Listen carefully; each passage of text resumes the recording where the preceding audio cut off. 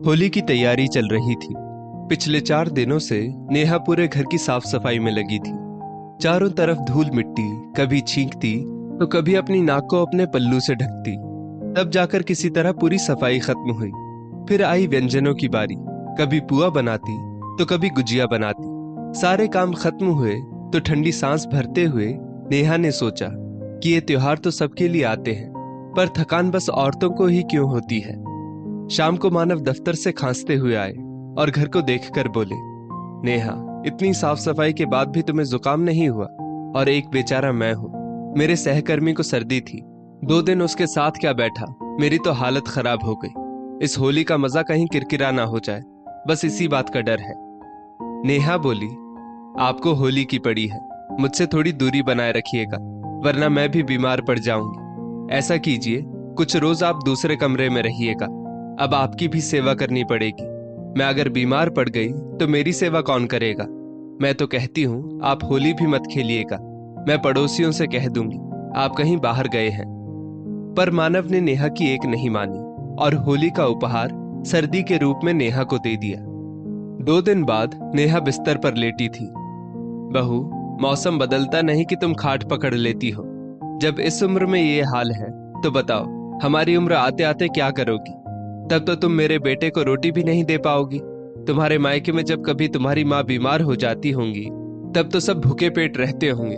ना जाने तुम्हारे घर में सर्दियों में खाना भी बनता होगा कि नहीं, क्योंकि अक्सर बेटी अपनी माँ से ही सारी चीजें सीखती है। नेहा की सास सरिता जी बोली, क्यों मम्मी जी, आप ऐसा क्यों बोल रही है? मैं कोई बहाना बनाकर लेटी हुई नहीं हूँ, बल्कि सच में पूरे बदन में दर्द हो रहा है और गले में खराश हो रही है। ये सर्दी जुकाम आपके बेटे ने ही मुझे दिया है। होली खेले सब और जुर्माना भरूं मैं, क्यों? और जहां तक मेरे मायके की बात है, जब कभी मेरी माँ बीमार पड़ती है तो मेरी दादी और मेरे पापा दोनों मिलकर घर संभाल लेते हैं, किसी को कुछ कहने की जरूरत ही नहीं पड़ती। नेहा बोली। सरिता जी बोली, अच्छा बहू, तो तुम्हारे कहने का ये मतलब है कि जब तुम आराम करोगी तो मैं और मेरा बेटा घर और रसोई का काम संभालेंगे। हे भगवान, कभी ऐसा दिन भी आएगा कि रसोई में बेटे को भेजना पड़ेगा। ऐसा तो मैंने सोचा नहीं था। क्यों मम्मी जी, मेरे इस घर में आने से पहले जब कभी आप बीमार होती थी तो क्या घर में रोटी नहीं बनती थी? नेहा बोली। तुम्हें ऐसा क्यों लगता है बहू? नेहा मुस्कुराकर बोली, क्योंकि इनको और पापा जी को रसोई और घर का कुछ काम नहीं आता, तो सब भूखे ही रहते होंगे। बहू, तुम भूल रही हो, मुझे भी भगवान ने एक बेटी दी है, ईश्वर उसे स्वस्थ और खुश रखे। सरिता जी बोली। मम्मी जी, दीदी जब ससुराल में कुछ काम नहीं करती हैं तो यहाँ क्या ही करती होंगी? नेहा बोली। सरिता जी गुस्से में बोली, तुम्हारे कहने का क्या मतलब है? क्या मेरी बेटी को कुछ नहीं आता? नेहा हंसकर बोली, आप ही तो कहती हैं कि आपसे घर का काम नहीं हो पाएगा, तो फिर दीदी कैसे करती होंगी? क्योंकि अभी अभी आपने कहा लड़की अपनी माँ को देखकर ही सब सीखती है। हाँ हाँ, मेरी बेटी और मुझे कुछ नहीं आता, पर तुम्हें तुम्हारी माँ ने पलटकर जवाब देना जरूर सिखाया है। इतना कहकर सरिता जी नाराज होकर चली गई। देखते देखते शाम हो गई। नेहा का पति मानव दफ्तर से लौट कर आया। सरिता जी बोली, अरे बेटा, लगता है तुम्हारी सर्दी अभी तक ठीक नहीं हुई है। आजकल तुम्हें घी और दूध ठीक से नहीं मिल रहा है, वरना मौसम की सर्दी तुम्हें कैसे हो सकती है? दफ्तर से 1-2 दिन की छुट्टी ले लो, थोड़ा आराम करोगे तो जल्दी ठीक हो जाओगी। मैं बहू से कहती हूँ हल्दी वाला दूध देगी और सरसों के तेल में लहसुन पकाकर थोड़ा हाथ पैर में लगा देगी तो तुम जल्दी ही ठीक हो जाओगे। मानव कमरे में गया तो नेहा पहले से लेटी हुई थी। मानव बोला, अब तुम्हारी तबीयत कैसी है? पूरे बदन में दर्द हो रहा है, मानो बुखार ने जकड़ के रखा हो। नेहा बोली। तभी मानव को छींक आई। नेहा बोली, मैं कहती थी आपसे कि आप दूसरे कमरे में सो जाइए, पर आपने मेरी एक नहीं मानी। पहले सर्दी लेकर आए, फिर मुझे भी दे दी। उस पर से होली खेलना क्या जरूरी था? अब बताइए, मैं अकेली क्या क्या करूंगी? मानव बोला, अरे नहीं, मुझे ज्यादा परेशानी नहीं है, थोड़ी भांप लूंगा तो ठीक हो जाऊंगा। तुम आराम करो, पहले मुझे सर्दी हुई, फिर तुम्हें हो गई। ऐसा करता हूँ, रात का खाना बाहर से मंगवा लेता हूँ, इसी बहाने तुम्हें एक दिन आराम मिल जाएगा। इतना कहकर मानव फ्रेश होने चला गया। थोड़ी देर बाद सरिता जी नेहा के कमरे में आई और बोली, बहू, दोपहर से बिस्तर पर ही लेटी हो, क्या तुम्हें मानव की कोई चिंता नहीं है? उसकी तबीयत ठीक नहीं है। नेहा बोली, मम्मी जी, आपके बेटे को छींक आई तो आप इतना परेशान हो गई। मैं सुबह से आपको कह रही हूँ कि मुझे बुखार आ रहा है, पर आपको मेरी जरा सी भी चिंता नहीं है। आज रात का खाना हम बाहर से मंगवा लेंगे, आप चिंता मत कीजिए, आपको बनाना नहीं पड़ेगा। इतना कहकर नेहा मुंह घुमाकर लेट गई। सरिता जी वहां से बुदबुदाते हुए चली गई। अगले दिन जब नेहा रसोई में नहीं आई तो मजबूरन सरिता जी को बेटे के लिए टिफिन तैयार करना पड़ा। मानव की तबीयत अब ठीक लग रही थी। सरिता जी बोली, बेटा, मैं तो कह रही हूँ दफ्तर से छुट्टी ले लो और आराम कर लो।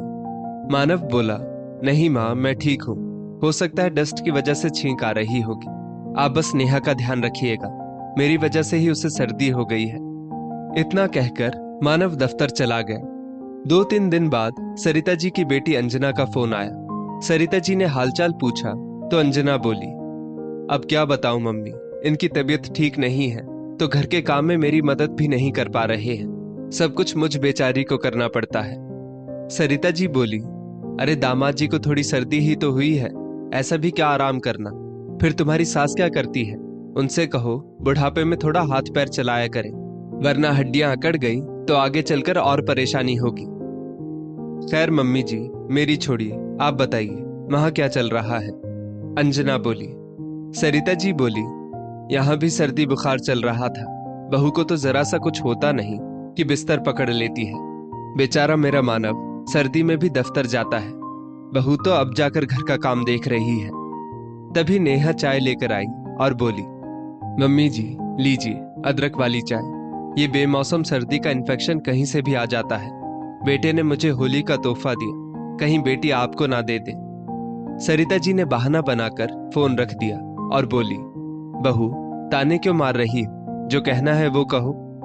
नेहा बोली, मम्मी जी, दीदी को थोड़ी सी दिक्कत क्या हुई, आपको कितना बुरा लग रहा है। काश कि आप मेरे और नंदोई जी के बारे में भी यही सोचती। सच कहा है किसी ने, अपने बच्चों का दर्द दिखता है और बहू का दर्द किसी सास को नहीं दिखता। नेहा चुपचाप वहां से चली गई।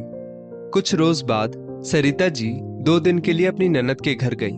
जब वहां से लौटकर आई तो छींकती हुई आई।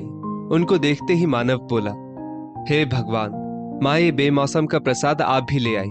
आजकल ये सर्दी, खांसी और बुखार बहुत फैला हुआ है। आप एक कमरे में रहना, बाहर मत आना। मेरी वजह से नेहा बहुत परेशान हुई थी, अब आपकी वजह से फिर कोई बीमार ना पड़ जाए। सरिता जी आश्चर्य से मानव को देख रही थी। नेहा बोली, ये कैसी बातें कर रहे हैं मानव आप? बचपन में जब आप बीमार पड़ते थे तो क्या माँ जी आपको एक कमरे में छोड़ देती थी? नहीं ना, बल्कि दिन रात आपको ठीक करने के लिए 100 जतन करती होंगी, कभी दवाई तो कभी मालिश। मैं जानती हूँ जब किसी की तबीयत खराब होती है तो वो दवाई से ही ठीक होता है, परंतु अपनों के प्यार भरे शब्द दवाई से बढ़कर होते हैं। आप मेरी चिंता मत कीजिए, मैं माँ जी की देखभाल कर लूंगी, आप जाइए। फिर क्या था, नेहा ने तुरंत डॉक्टर से संपर्क किया और सरिता जी की दवाई चलानी शुरू की और अपनी माँ से घरेलू नुस्खों के बारे में पूछा। नेहा ने माँ के बताए नुस्खे को अपनाया तो सरिता जी की तबीयत बेहतर हुई। 2 दिन बाद जब नेहा सरिता जी को पीने के लिए गरम गरम सूप दे रही थी तो सरिता जी बोली, बहू, मैं बीमार क्या हुई, तुम्हारा काम बढ़ गया। नेहा मुस्कुरा कर बोली, मम्मी जी, हम जानबूझकर बीमार तो होते नहीं हैं, ये मौसम ही ऐसा है, हर कोई बीमार हो रहा है। आप चिंता मत कीजिए, देखिए अब आपको बुखार भी नहीं आ रहा, कल तक आप बिल्कुल ठीक हो जाएंगी। 3 दिन बाद मानव के ऑफिस की छुट्टी थी। सरिता जी की तबीयत अब ठीक लग रही थी तो वो बाहर बैठकर चाय पी रही थी। तभी मानव आया और बोला, नेहा, ये 4 दिन से बस सादा सादा खाना खिला रही हो, कुछ अच्छा बनाओ। ये देखो घर में कितनी धूल जम गई है, लगता है आजकल तुम्हारा काम में मन नहीं लग रहा है। सरिता जी बोली, मानव, अगर तुम्हें इतनी ही धूल दिख रही है तो आज तो छुट्टी का दिन है, तुम खुद सफाई क्यों नहीं कर लेते हो? बहू के पास हजारों काम होते हैं, आखिर वो क्या क्या करेगी? मेरी वजह से वो 4 दिनों से सादा खाना बना रही थी और वही खाना बेचारी खुद भी खाती थी। तुम्हारी माँ के लिए वो इतना कर सकती है, तो तुम सादा खाना भी नहीं खा सकते। बचपन में मैंने तुम्हारी सेवा की, अब इस उम्र में बहू मेरी सेवा कर रही है। सच कहा था बहू ने कि मैंने ही तुम लोगों को कुछ नहीं सिखाया। क्या बात है माँ, आज आप बहू के पक्ष में मुझसे लड़ रही है? ये बदलाव कैसे आया? मानव पूछ बैठा। सरिता जी बोली, बेटा मैं बहुत गलत थी। सच में अगर एक बहू को उसकी सास से माँ जैसा प्यार मिले तो बेचारी दर्द में भी माँ को याद ना करे। बहू 4 दिन तक बीमार थी, मैंने उसकी कोई मदद नहीं की, उल्टा 4 बातें सुना दी। जब मैं बीमार पड़ी तो वो घर, रसोई और मुझे सबको एक साथ संभाल रही थी। सच कहते हैं लोग, अगर बुढ़ापा बेहतर बनाना है तो बेटे के दर्द के साथ बहू के दर्द को भी महसूस करना होगा। तभी नेहा चाय लेकर आई और बोली, मम्मी आप चाय पीजिए, मैंने नाश्ते की तैयारी कर ली है, अब थोड़ी घर की साफ सफाई भी कर देती हूँ। सरिता जी बोली, कोई जरूरत नहीं है बहू, धूल मिट्टी से कहीं फिर से किसी को सर्दी बुखार ना हो जाए। वैसे भी अभी तो होली की साफ सफाई हुई थी। मानव थोड़े पैसे खर्च करो और एक काम वाली बाई को काम पर रख लो। अगर काम करके मेरी बहू की मदद नहीं कर सकते हो तो कम से कम ऐसे ही मदद कर दो। नेहा हैरानी से सरिता जी की तरफ देख रही थी। सरिता जी बोली, हैरान क्यों हो, मैं तुम्हारी ही सास हूँ। हाँ, बस थोड़ा खुद को बदलने की कोशिश कर रही हूँ। अब मुझे अपने बेटे की तकलीफ के साथ तुम्हारी तकलीफ भी दिखती है। क्या करूं, सास हूं, समझने में थोड़ी देर लग गई, पर तुम्हारे प्यार ने मुझे बदल ही दिया। कुछ रोज बाद अंजना का फोन आया। वो फिर से अपने पति और सास की शिकायत करने लगी। तो सरिता जी बोली, अंजना तुम्हारी सास की उम्र हो गई है तो तुम उनकी मदद क्यों नहीं करती हो, उल्टा खुद उनसे मदद की उम्मीद रखती हो। तुम्हारा भाई तो कभी तुम्हारी भाभी की मदद नहीं करता, पर दामाद जी को मैंने देखा है, वो तुम्हारी हर संभव मदद करते हैं। इस उम्र में तुम्हारी ये हालत है तो आगे चलकर क्या करोगी? भले ही तुम्हारी सास नहीं कहती, पर मन ही मन जरूर सोचती होंगी कि बहू की माँ ने उसे कुछ सिखाया ही नहीं है। माँ, ये आप कैसी बातें कर रही हैं? सास को सर्दी बुखार है, अब ऐसे में अगर मैं उनके पास जाऊंगी तो मुझे भी हो जाएगा। ना बाबा ना, मैं नहीं जाऊंगी, अंजना बोली। सरिता जी बोली, सोचो अगर तुम्हारी सास की जगह मैं होती तब भी क्या तुम मुझे एक कमरे में छोड़ देती? अंजना चुप हो गई। सरिता जी ने आप बीती जब अंजना को सुनाई तो अंजना को एहसास हुआ कि आखिर उसकी सास भी तो एक माँ है। जब उसकी भाभी उसकी माँ की बेटी बन सकती है तो क्या अंजना अपनी सास की बेटी नहीं बन सकती? अब जब कभी नेहा को कुछ भी परेशानी होती, सरिता जी उसे 3-4 दिन के लिए आराम करने की हिदायत देती और कहती, बहू ये सब एहसासों का खेल है, जब तक हम रिश्तों की अहमियत का एहसास नहीं करेंगे तब तक एक दूसरे के अपने नहीं हो पाएंगे। मुझे भी एहसास हो गया कि बेटी तो पराये घर चली ही जाती है, बहू को ही बेटी बनाने में फायदा है। दोस्तों, इस स्टोरी को लेकर आपकी क्या राय है, नीचे कमेंट करके जरूर बताइएगा। और ऐसी ही और भी बेहतरीन वीडियोस के लिए हमारा पेज जरूर